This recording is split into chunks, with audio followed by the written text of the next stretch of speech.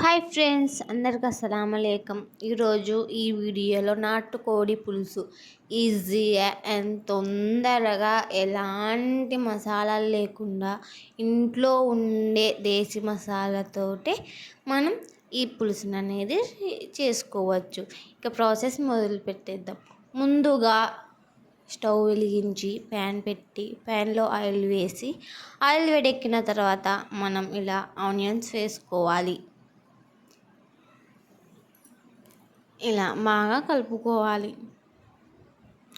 ఇలా ఆనియన్స్ ఇలా light brown colour వచ్చేంత వరకు వేయించుకొని మనం టమోటాలను వేసుకోవాలి. ఇలా టమోటాలను వేగిన తర్వాత మనం ఇలా చికెన్ని వేసుకొని కొద్దిగా పసుపు కొద్దిగా ఉప్పు వేసుకొని బాగా మగ్గనిచ్చుకోవాలి. ఇలా ఒక 5 మినిట్స్ మగ్గనిచ్చుకోవాలి. ఇలా 5 మినిట్స్ మగ్గనిచ్చుకున్న తర్వాత కొద్దిగా కారం వేసి తగినంత కారం వేసుకొని బాగా మంచిగా కలుపుకొని మళ్ళీ ఒక 5 మినిట్స్ మనం బాగా ఉడకనివ్వుకోవాలి. ఇలా 5 మినిట్స్ తర్వాత ఇక్కడ చూడండి ఎలా దాంట్లో నుంచి నీరు ఎలా వస్తుందో. ఇలా ఇలా బాగా మంచిగా కలుపుకోవాలి.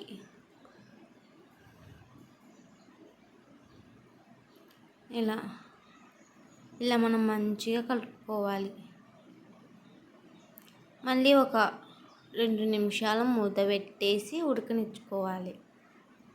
2 నిమిషాల తర్వాత మనం మళ్ళీ మంచిగా కలుపుకొని ఒకసారి కొద్దిగా అల్లం, కొత్తిమీర, వెల్లుల్లి బాగా మిక్సీ పట్టేసుకొని ఆ పేస్ట్ని వేసుకొని బాగా మంచిగా కలుపుకోవాలి.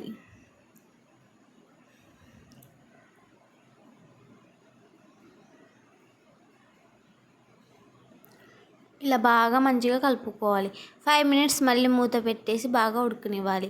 మళ్ళీ 5 మినిట్స్ తర్వాత మనం మూత తీసేసి ఇలా మంచిగా ఒకసారి కలుపుకొని పెరుగు అనేది వేసుకోవాలి. కొద్దిగా నేను 1/2 ప్యాకెట్ పెరుగు వేస్తున్నాను. ఇలా వేసుకొని మనం ఒకసారి ఇలా కలుపుకొని మూత పెట్టేసి ఒక 5 మినిట్స్ మళ్ళీ ఉడకనిచ్చుకోవాలి. 5 మినిట్స్ తర్వాత మళ్ళీ మూత తీసేసి 2 గ్లాసుల నీళ్ళు వేయాలి.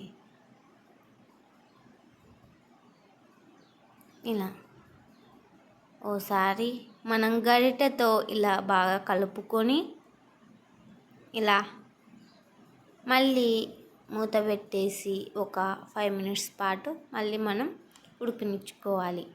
ఆ తర్వాత 5 మినిట్స్ తర్వాత మనం కొద్దిగా దిల్బార్ అలాగే గరం మసాలా వేసుకొని బాగా మంచిగా కలుపుకోవాలి.